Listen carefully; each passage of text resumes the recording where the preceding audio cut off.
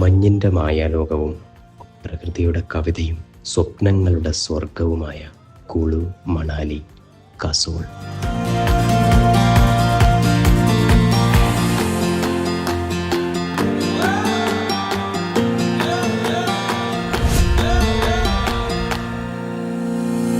വൈകുന്നേരം 4 മണിക്കുള്ള ഇൻഡിഗോ എയർലൈൻസിൽ ഞങ്ങൾ ഡൽഹിയിലേക്ക് യാത്രയായി.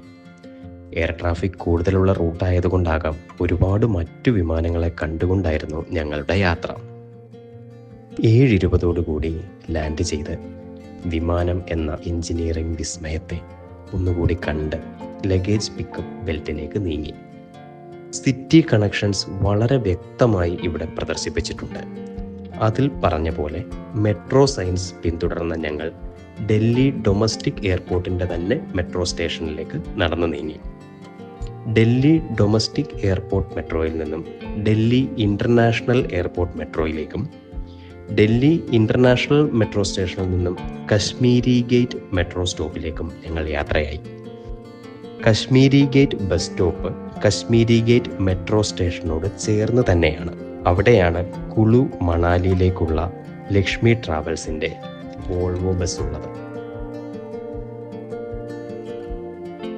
ബിയാസ് വ്യൂ റെസ്റ്റോറൻറ്റ് എന്ന മന്തി ജില്ലയിലെ ഒരു ഹോട്ടലിൽ ഫ്രഷായി ഒരു ചൂട് ചായ കുടിച്ച് ഞങ്ങൾ ഹിമാചൽ പ്രദേശിലെ ആദ്യ പ്രഭാതം മതിവോളം ആസ്വദിച്ചു.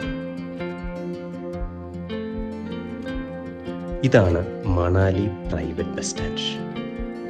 മഞ്ഞണിഞ്ഞ ഈ മലനിരകൾ കൺകുളിർക്ക കണ്ട ശേഷം ഞങ്ങൾ ഹോട്ടൽ വിക്രാന്ത് ഇന്നിലേക്ക് ചെക്ക് ഇൻ ചെയ്തു. ചൂട് പനീർ പൊറോട്ടയും കഴിച്ച് ഒരു ചൂട് ചായയും കുടിച്ച് ഞങ്ങൾ മണാലി കാണാൻ. മണാലിയിലെ മെയിൻ സ്ട്രീറ്റാണ് മാൾ റോഡ്.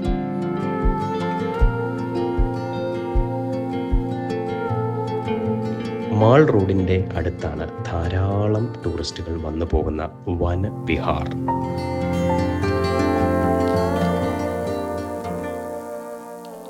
ദേവദാരു മരങ്ങൾ നിറഞ്ഞ ഈ സ്ഥലം റിലാക്സ് ചെയ്ത് ഒരു ജ്യൂസൊക്കെ കുടിച്ച് മണാലിയുടെ കാലാവസ്ഥയോടും പ്രകൃതിയോടും ഇണങ്ങാൻ അത്യുത്തമമാണ്. ആദ്യ ദിവസം തന്നെ ഒരുപാട് ഉയരത്തിലുള്ള തണുത്ത പ്രദേശങ്ങളിലേക്ക് പോകാതെ മണാലിയുമായി ഒന്ന് സിങ്ക് ആകാൻ ആദ്യ ദിനം ഇവിടെയൊക്കെ ചെലവഴിക്കുന്നത് തന്നെയാണ് ഉത്തമം. ഇത് നിസ്സാരമായി തള്ളിക്കളയരുത്. 0 ഡിഗ്രിയാണ് ഈ സമയത്ത് പോലും ഇവിടെ. അപ്പോൾ പിന്നെ മുകളിലെ കാര്യം പറയണ്ടല്ലോ.